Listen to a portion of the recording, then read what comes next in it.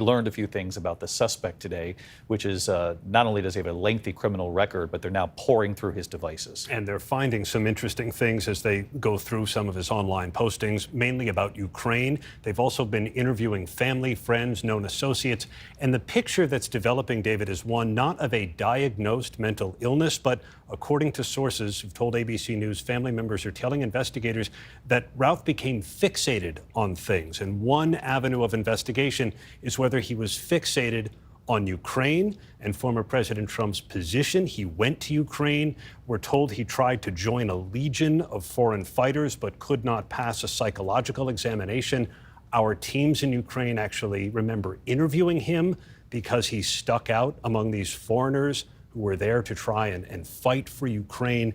And so the authorities are wondering if that could have been some kind of a motivation. He does not have any formal military training or record that they've been able to ascertain so far, but he was clearly content to lie in wait for about 12 hours. You heard that authorities found backpacks. They found a plastic bag with food, in addition to the high-powered rifle with a scope. The images you're looking at right now are live coverage here of updated developments here in the attempted assassination, the second assassination attempt on the former president. That is the suspect right there, Ryan Routh, 58. These are images of him in Ukraine, and as Aaron Katersky just reported, there is a lot both on social media and in what they're finding so far that would indicate that at least one of the issues that perhaps might have been a motivation here is his long-held belief that the U.S. should be doing more to help defend Ukraine from Russia.